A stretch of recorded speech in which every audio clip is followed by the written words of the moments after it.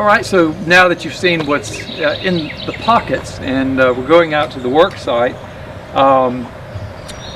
we generally deal with very simple tools that people, hundreds of years ago could have had, and then work our way on up to a few more sophisticated modern applications.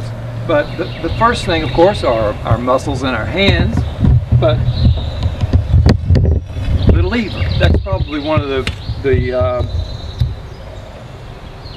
most primitive moving tool that we have. Simple lever where you're able to multiply the amount of weight that you can lift many times by having a fulcrum, which would be this 4x4 block of wood, and then a pry bar, a little blade like shape on it, and then you have this pulley here, and you probably can see it. I mean, it's easy. Everybody will know what this is, but this pry bar is another thing that you'll hear us ask if you were to walk behind us every day.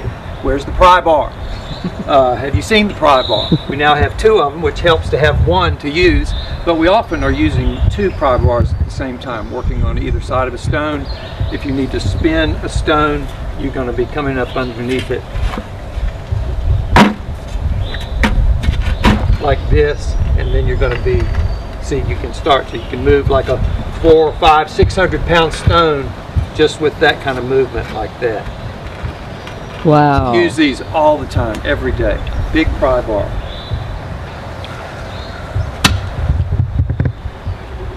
Second, probably a little more advanced technology, the wheel. Pry bars, and now we're into the wheel. I don't think the Egyptians had wheels. They might have had some logs that they rolled on, I guess you could call that a wheel, but they probably didn't have a center axis rolling device as far as I know. So, very useful, the wheel. Here you're going to start to get into the more modern science, perhaps the last 150 years this has been around, but pulleys and gears and pulleys. These are almost sort of moving in level of importance they are to us. Without this tool, we really would not be able to do what we do. We probably use this one more than anything else. And this is a simple chain hoist. And this would allow me to lift with one hand 1 ton.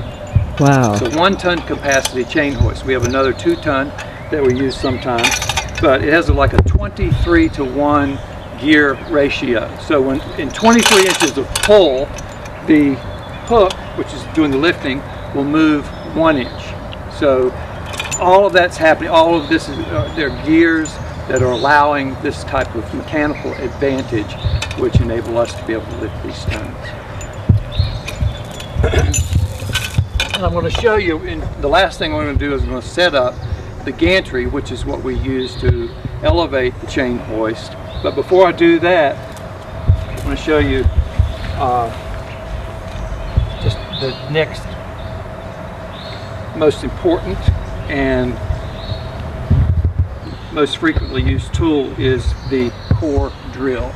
And all of our sculptures are drilled and pinned or anchored with steel. That's the primary technique that we use in order to make these stable and stay safe out in the public.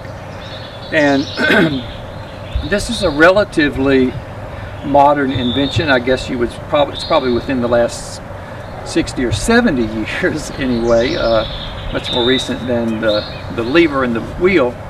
But basically what this is a cylinder. This one happens to be 2.5 inches in diameter, and it has a crown. I don't know if you can see it here, but it's covered with stone dust right now. But it has a crown that's welded or brazed onto that cylinder that have these little teeth, and the teeth are made of a certain type of metal that have industrial diamonds impregnated into it.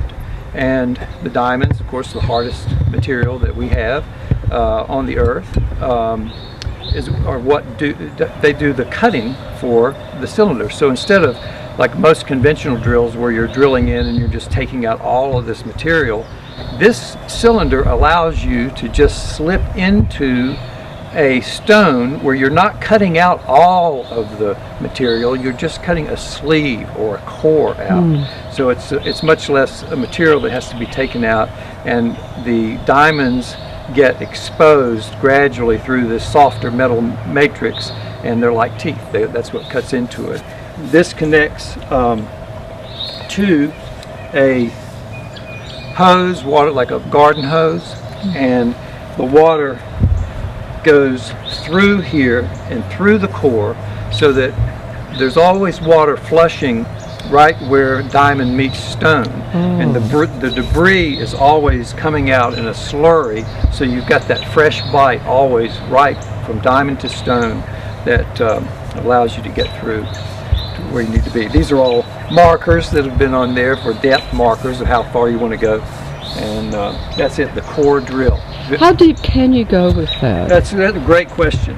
This has a 14-inch depth with just the bit itself. And then we have an extension bar that's about 18 more inches that this will, you can see this will... Because you're dealing with mammoth stones. Right. Do you have to go in from two different directions? Well, sometimes, particularly like with fountains, if you've really got to have a hole that goes all the way through a long, tall stone, then you have to come in and hopefully be able to hit the target and match into the depth. But so here you got 14 inches. We have another extender which we'll screw onto here, which will give us about another 18 inches. Seems like that would be you have to be quite strong to hold that as it's moving, or do you just put your weight on it and it just goes digging in? That's another really great question, because one thing that we're constantly trying to do is not trying to rely on just muscle and personal strength to do any of this, because there's some type of tool that can be invented, designed for a special application, or already available, that you can rely on, that with patience you can not hurt yourself or wear yourself out, so that you can just, a lot of this of what we do is being able to just show up every day and do what you can consistently. And when you start getting in a hurry or start trying to lift too much, then you just can't last. You get injured and that type of thing. So we've been very fortunate to not have any major injuries, and just try to keep good music playing and a good vibe going between us, and that seems to help a lot. So, what a great partnership. And so you can sort of think of the next tool you might need, like a doctor would, and Ethan's going, I bet he needs the Pry Bar, or I see the Pry Bar, I'm going to use this, and Carl's going, boy, I'm so glad he thought of that. Yeah. There's a lot of that unspoken communication that goes on between us. It's quite surprising, really. Well, you've got, I see got one more thing. Another strap down there. Yes, I guess two. I jumped ahead a little bit. One tool that I couldn't leave out, one of the most important tools that some of you may recognize, is a shovel. And I know that sometimes people might have a glamorous opinion of what an artist's life is like. And with us, if you like to shovel, then it's a very, very glamorous life, because much of the sculpture, of the work that's done on the sculpture is invisible. It's all been, it's in preparing the foundation to receive all of this weight and all this stress that the sculpture eventually is going to bring about. So the first thing we do, we've got our shovel and our level. And what we're trying to do is establish a flat ground space, a flat surface, usually cast in concrete, to begin building upon. And then that will most often be taken with the sculpture to do the installation. Sometimes special applications we have to cast on site, but we're always, that reference point is the perfect flat, and that way we know we can always set it up with the exact orientation and balance that we were trying to achieve with all the time that we spend into developing the piece. What would be an approximate size for, say, right behind you, the statue on the left? The far About left. what size that would be You for mean like footing? in weight? I guess it stands about, it's between 7 and 8 feet tall. The bottom stone weighs, I think, 2,800 pounds. It's like Wow. 1 ton and 800 pounds, the first stone. The base weighs about, the invisible concrete slab is about 800 pounds.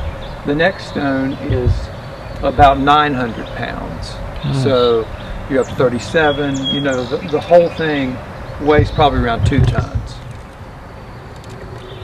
That's very impressive. It stands 7 or 8 feet tall. You know, I really like that sculpture, by the way. What's its name? It's called grounding. Grounding. And so who named this one?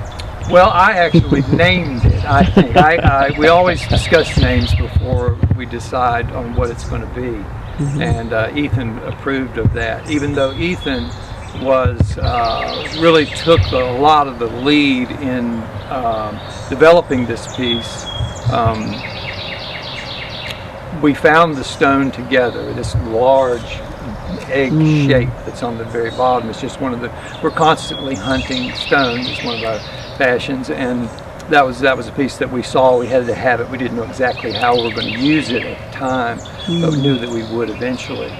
So we tried a number of different combinations, as we usually do. It's easy to try a lot of different combinations with a sculpture that's maybe 3 or 4 feet high, but when dealing with that scale, changing your mind or having to try another stone becomes quite complicated. So that piece took a long time to get it to where it is right now, to get the combinations that we feel comfortable with. The balance is exquisite. Well, thank you. And the additional art, the etching you've done on it is, I hope we'll get a chance to look at that one a little more closely. That one really does need to be viewed in 360, because there's a lot of things going on. And as I said, Ethan really took a lot of lead in that one. He had just had a real drive to break through, to do some things that he didn't feel like we had been doing. And New horizons. Well, it's stunning.